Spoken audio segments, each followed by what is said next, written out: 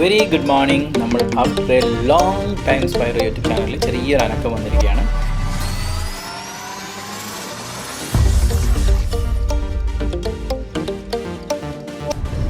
അത് ഇപ്പോൾ നമ്മൾ സഞ്ചരിച്ചു കൊണ്ടിരിക്കുന്നത് NH52 Hyderabad to Mumbai highway.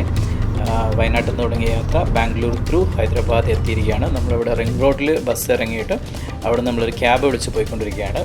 ഹൈദരാബാദിൻ്റെ പ്രത്യേകത അറിയാലോ, തെലുങ്കാനയുടെയും അതേപോലെ തന്നെ ആന്ധ്രാപ്രദേശിൻ്റെയും ഒരു ഹൈബ്രിഡ് സാധനമാണ് ഹൈദരാബാദ് എന്ന് പറയുന്നത്. ഏകദേശം 62 ലക്ഷത്തോളം ജനങ്ങളാണ് ഇവിടെ ഉണ്ടാകുന്നത് എന്നാണ് പറയപ്പെടുന്നത്. എനിക്ക് തോന്നുന്നു അതിലും കൂടുതലുണ്ടാകുന്നത്. ഏകദേശം അവിടുത്തെ ഒരു സ്ട്രക്ചർ കണ്ടത്. അതേപോലെ തന്നെ ഇന്ത്യയിലെ 6ാമത്തെ ഏറ്റവും വലിയ മെട്രോ നഗരമാണ് ഈ പറഞ്ഞിട്ടുള്ള ഹൈദരാബാദ്. ചരിത്രവും സംസ്കാരവും കലാപരമായ ഒരുപാട് കാര്യങ്ങൾ ഇതിൽ മിക്സ് ചെയ്ത് കിടക്കുന്നുണ്ട്. നിസാമുകളുടെ നഗരം എന്നറിയപ്പെടുന്ന ഹൈദരാബാദിൻ്റെ അകത്ത് ഏറ്റവും കൂടുതൽ എനിക്ക് ഇഷ്ടപ്പെട്ടൊരു കാര്യം ഹിസ്റ്ററി ഒളിഞ്ഞിരിക്കുന്ന അല്ലെങ്കിൽ ഒരുപാട് ഹിസ്റ്റോറിക്കൽ സാധനങ്ങൾ ഒളിഞ്ഞിരിക്കുന്നുണ്ട്. അപ്പം നമ്മൾ വന്ന് ഹൈദരാബാദിൽ ലാൻഡ് ചെയ്ത് പിറ്റേ ദിവസം 2 ദിവസത്തിനുള്ളിൽ തന്നെ നമ്മൾ സിറ്റി മൊത്തം കറങ്ങുകയാണ്. ആ 2 ദിവസത്തിൻ്റെ യാത്രേനെ ഒരു 3-4 എപ്പിസോഡുകളായിട്ട് സ്പ്ലിറ്റ് ചെയ്തിട്ടാണ് നിങ്ങളിതിൽ കാണാൻ പോകുന്നത്. സോ വിത്തൗട്ട് വേസ്റ്റിംഗ് ടൈം നമ്മൾ ആദ്യത്തെ യാത്ര തുടങ്ങുകയാണ്.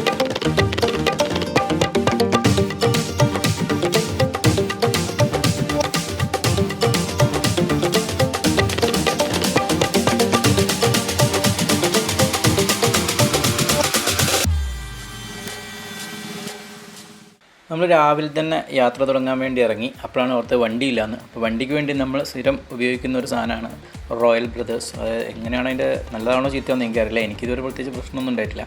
അങ്ങനെ റോയൽ ബ്രദേഴ്സിൻ്റെ ഉള്ളയിൽ ഏറ്റവും ചീപ്പറായിട്ടുള്ള വണ്ടിയാണ് ഞാൻ എടുത്തിരിക്കുന്നത്. ഇതിന് 3 ദിവസത്തേക്ക് 950 എല്ലാം കൂടി ഒരു 1000 രൂപയാണ് GST ഒക്കെ അടക്കം വരുന്നത്. അപ്പോൾ വണ്ടി എടുക്കുന്ന സമയത്ത് 4 ഭാഗവും ചെക്ക് ചെയ്യുക. എന്തെങ്കിലും പ്രശ്നമോ സ്ക്രാച്ചൊക്കെ ഉണ്ടെങ്കിൽ അപ്പോൾ തന്നെ നോക്കി വെക്കുക. അപ്പോൾ ഞാൻ ഈ വണ്ടീനെ ചുറ്റും നോക്കി. അപ്പോൾ നിലവിൽ പ്രശ്നമൊന്നുമില്ല.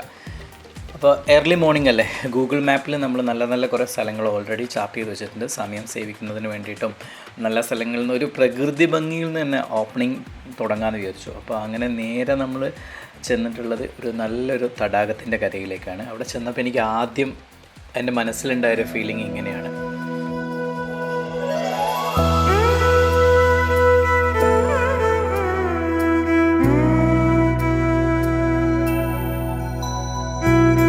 പക്ഷേ അവിടെ ചെന്നപ്പോഴുള്ള അവസ്ഥ ഇങ്ങനെയാണ്.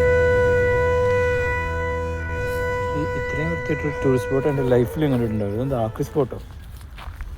ഇതാണ് നമ്മളെ വണ്ടി.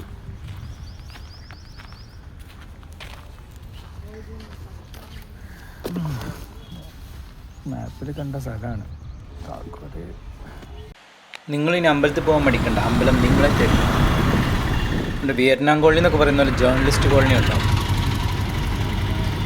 ഇവിടെ കേരളത്തിൽ നിന്നുള്ള തേങ്ങ കൊണ്ടുവന്നിട്ട് വിൽക്കുന്നുണ്ട്. കേരളത്തിൻ്റെ ഏത് ഭാഗത്തു നിന്ന് തേങ്ങ പറിച്ചൊന്നും അറിയില്ല. 60 രൂപ. ഇത് വെള്ളമില്ല, ഒരു തേങ്ങയില്ലാത്തൊരു തേങ്ങ. ഇത് രജനീകാന്ത് പ്രാവിന് തീറ്റ കൊടുക്കുന്ന പോലെയില്ല. ഇത് പെട്ടെന്ന് കണ്ടപ്പോൾ എനിക്ക് അങ്ങനെ തോന്നി. പക്ഷേ കാണുമ്പോൾ രജനീകാന്ത് ആണെങ്കിലും എനിക്ക് തോന്നിയത് ഇങ്ങനെയാട്ടോ.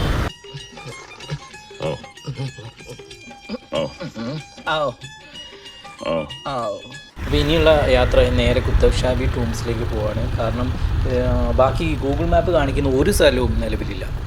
അവിടെ ഒന്നും പോയിട്ട് വെറുതെ സമയം പോയാലും ഞാൻ പകുതി ഷൂട്ടിങ് നിർത്തി. കാരണം അങ്ങോട്ടൊന്നും ഒരു കാര്യമില്ല. ഞാൻ ഒരുപാട് സ്ഥലത്തേക്ക് ചുമ്മാ പോയി എന്നുള്ളതുകൊണ്ട് അങ്ങനെ ഒരു സ്ഥലം തന്നെ നിലവിലില്ല ടൂറിസ്റ്റ് സ്പോട്ടിൽ കാണിച്ചത്. അതുകൊണ്ട് കുത്തബ് ഷാഹി ടൂംസിലേക്കാണ് ഞാൻ നേരെ യാത്ര ആകുന്നത്. അവിടെ ട്രൈപോഡ് അലൗഡ് അല്ല എന്ന് കണ്ടു. ബാക്കി നമുക്ക് അവിടെ എത്തിയിട്ട് നോക്കാം. മൊബൈൽ ക്യാമറ അലൗഡ് ആയിരിക്കും.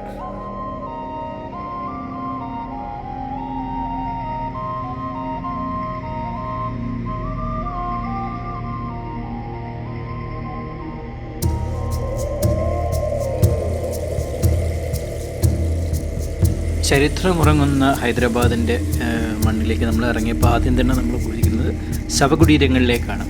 എൻഡിൽ നിന്ന് ബിഗിൻ ചെയ്യാമെന്ന് വിചാരിച്ചു. മരണമാണല്ലോ എല്ലാത്തിൻ്റെ എൻഡ്. സോ ഇത് എന്ന് പറയുന്നത് 5 അല്ലെങ്കിൽ ഒരു 4-5 നൂറ്റാണ്ടുകൾക്ക് മുമ്പ് 16-17 നൂറ്റാണ്ടുകളിൽ ഹൈദരാബാദ് ഭരിച്ചിരുന്ന കുത്തബ് ഷാഹി രാജവംശത്തിൻ്റെ കല്ലറകളാണ് ഈ കാണുന്നതെല്ലാം. ഇതിൽ ഇപ്പം നമ്മൾ കറൻ്റ്ലി അകത്തുള്ളത് അബ്ദുള്ള കുത്തബ് ഷാഹി 6ാമത്തെ റൂളറാണ്. 1614-672 കാലഘട്ടത്തിൽ ജീവിച്ചിരുന്നത്. അദ്ദേഹത്തിൻ്റെ കല്ലറയുടെ ഉൾഭാഗമാണ് ഈ കാണുന്നത്. ഡെഡ് സൈലൻസ് എന്നൊക്കെ പറയുന്ന ഇതാണ്. ഇതിൻ്റെ ഉള്ളിൽ അതിഭീകരമായ സൈലൻസാണ്.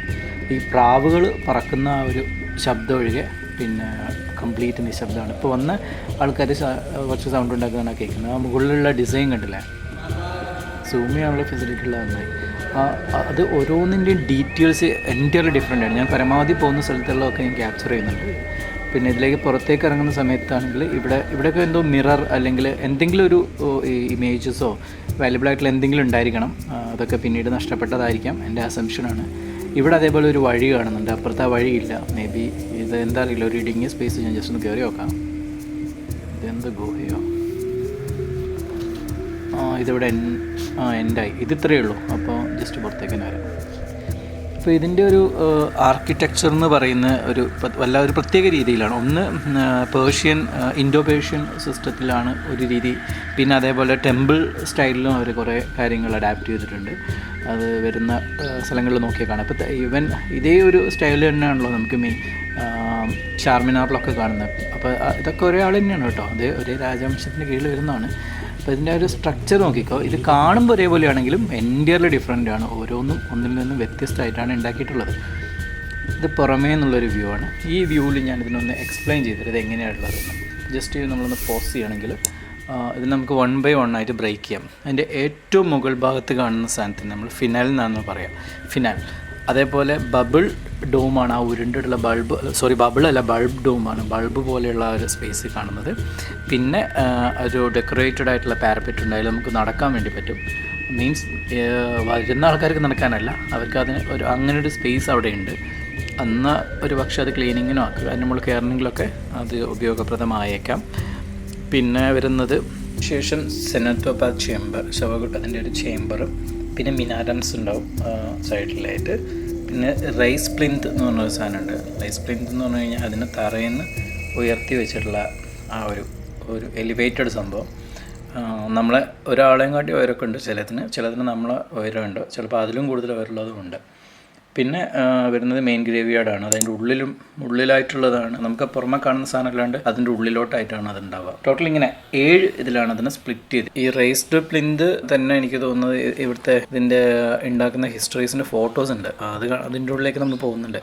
അത് കണ്ടാൽ തന്നെ മനസ്സിലാവും അതിനൊക്കെ നല്ല ഡെപ്ത് ഉണ്ട്, നല്ല ആഴത്തിലാണ് അത് കുഴിച്ചെടുത്തിട്ട് ഈ ഇത്രയും വലിയ മാസീവ് സ്ട്രക്ചറിനെ അതിൻ്റെ മുകളിൽ പ്ലേസ് ചെയ്തിരിക്കുന്നത്. അതിൽ ഡബിൾ ടെറസ് ടൈപ്പും സിംഗിൾ ടെറസ് ടൈപ്പും ഒക്കെ ഉണ്ട്. ഇതിൽ എടുത്തു പറയേണ്ടത് ശരിക്കും ഇതിൻ്റെ ഒരു ആർക്കിടെക്ചറിൻ്റെ ആ ഒരു 16ാം നൂറ്റാണ്ടിൽ ക്രെയിന് പോയിട്ട് അങ്ങനത്തെ ഇപ്പോൾ നമ്മൾ ചോദിക്കും അങ്ങനെയാണെങ്കിൽ പിരമിഡ്സ് അങ്ങനത്തെ സാധനങ്ങളൊക്കെ ഇപ്പോൾ ഇല്ലേന്ന്. പക്ഷേ ഇതിൻ്റെ പിരമിഡ് എന്ന് പറയുന്നത് അതൊരു മാത്തമാറ്റിക്കൽ അല്ലെങ്കിൽ ഒരു ഇങ്ങനത്തെ ഒരു ക്രിയേഷൻ്റെ അത്ഭുതം തന്നെയാണ്. ലോകാത്ഭുതങ്ങളാണെങ്കിലും ഇതിൻ്റെയൊക്കെ ഡീറ്റെയിൽസ് ഉണ്ടല്ലോ. ഇതിങ്ങനെ ഇങ്ങനത്തെ ഒരു ഇന്ത്യയിൽ 16ാം നൂറ്റാണ്ടിൽ ഇത്രയും പവർഫുൾ ആയിട്ടുള്ളൊരു നിർമ്മിതി, ഇത്രയും ആർക്കിടെക്ചറലി ഒരുപാട് ബ്രില്യൻറ്റ് സാധനങ്ങൾ ഇതിൻ്റെ കൊട്ടാരത്തിലേക്ക് പോകുമ്പോൾ അവിടെ ഉണ്ട്. ഇവൻ സൗണ്ട് ഉപയോഗിച്ചിട്ടും പല രീതിയിലും ഇതിനെ ഡിസൈൻ ചെയ്തിരിക്കുന്നത്. ഞാനിതിൽ മൊത്തം ഇതിനുള്ളിൽ കൂടി പോയതിന് ശേഷമാണ് ഇപ്പം നിങ്ങൾ കേൾക്കുന്ന ഈ ഓഡിയോ റെക്കോർഡ് ചെയ്തിട്ടുള്ളത്. അപ്പോൾ അതിനകത്ത് എനിക്കതിൽ മനസ്സിലാക്കാൻ പറ്റിയ കുറേ കാര്യങ്ങളുണ്ട്. അവിടെ നിന്ന് ഞാൻ ഫുൾ അസംഷനിലായിരുന്നു. അതിന് ശേഷമാണ് അതിനെക്കുറിച്ച് പഠിച്ചത്.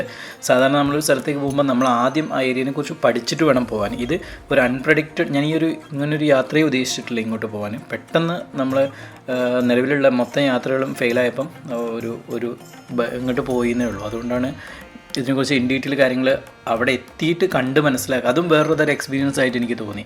കാരണം നമ്മൾ അവിടെ പോയി മനസ്സിലാക്കിയതിന് ശേഷം നമുക്ക് പിന്നെയും പഠിക്കാം. നമ്മൾ അടുത്തുള്ള സ്ഥലമാണെങ്കിൽ പഠിച്ചതിന് ശേഷം നമുക്ക് പിന്നെയും പോകാം. പക്ഷേ നേരെ മറിച്ച് വേറെ സ്ഥലത്ത് നമ്മളൊന്നും പഠിക്കാണ്ട് പോകുന്നതിൽ കാര്യമില്ല. അതും കൂടി ഒരു പോയിൻ്റാണ്. പക്ഷേ ഇതെനിക്ക് വേറെ തലത്തിൽ കുറേ കാര്യങ്ങൾ എനിക്ക് സ്വയം പ്രഡിക്ഷനിലൂടെ കണ്ടെത്താൻ പറ്റി. അത് പിന്നീട് വന്ന് പഠിച്ചപ്പം അത് ഏകദേശം കറക്റ്റാണെന്ന് മനസ്സിലായി. അപ്പോൾ അതൊരു വ്യത്യസ്ത അനുഭവമായിട്ടും തോന്നി. മുഗൾ ഇൻഡോ പേർഷ്യൻ രീതിയിലുള്ള ആർക്കിടെക്ചറുകളും അതിൻ്റെ ഹിസ്റ്ററി ഞാൻ മുകളിൽ പറഞ്ഞില്ല, ഓരോ ഡിസൈൻസ്, ഫസ്റ്റത്തെ ഇമേജ്, അതിനെക്കുറിച്ചൊക്കെയാണ് ഇവിടെ ഡീറ്റെയിൽ ആയിട്ട് എക്സ്പ്ലെയിൻ ചെയ്തിട്ടുള്ളത്. അതിലൂടെ എന്താണ് ഉദ്ദേശിക്കുന്നതെന്നും ഇവിടെയുള്ള ഡേറ്റുകൾ കണ്ടാൽ നമ്മൾ ഞെട്ടും. 1518, 543, 580, 50, 75, 1600 ഇങ്ങനത്തെ ഈ ഇത്ര ബാക്കിലുള്ള കാലഘട്ടത്തിനെ കുറിച്ചാണ് ഇവിടെ എക്സ്പ്ലെയിൻ ചെയ്യുന്നത്. അത് ചരിത്രം അല്ലെങ്കിൽ ഇത്തരം കാര്യങ്ങൾക്ക് ഇൻട്രസ്റ്റ് ഉള്ള ആൾക്കാർക്ക് ഭയങ്കര ഒരു ക്യൂരിയോസിറ്റി ആയിരിക്കും.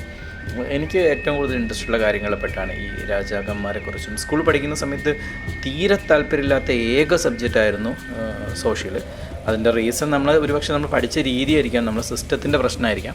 അത് ഇത്രയ്ക്കും ഇൻട്രസ്റ്റ് ഉള്ളൊരു മേഖലയാണെന്നും ഇതിൽ ഇത്രയും റിസർച്ചും കാര്യങ്ങളൊക്കെ ചെയ്യാൻ പറ്റുന്നും, ഇത് എന്തിനാണ് ചരിത്രം പഠിക്കുന്നതെന്നായിരുന്നു ഇത്രയും പണ്ടൊക്കെ വിചാരിച്ചത്. എന്തിന് പണ്ട് ടിപ്പു അങ്ങനെ ചെയ്തതിന് നമ്മളിപ്പോൾ എന്ത് ചെയ്യണം, അങ്ങനത്തെ ഒരു മൈൻഡ് സെറ്റായിരുന്നു. പക്ഷേ അതല്ല ചരിത്രം പഠിക്കുന്നതിൻ്റെ ആവശ്യകത എന്തോന്നോ അതിനോടുള്ള ഒരു ഫാസിനേഷൻ എന്താണെന്നൊക്കെ മനസ്സിലാക്കാൻ ഒരുപാട് സമയം കഴിഞ്ഞു പോയി, അല്ലെങ്കിൽ ഒരുപാട് നാൾ കഴിഞ്ഞിട്ടാണ് അത് എന്താണെന്ന് തന്നെ മനസ്സിലാവുന്നത്.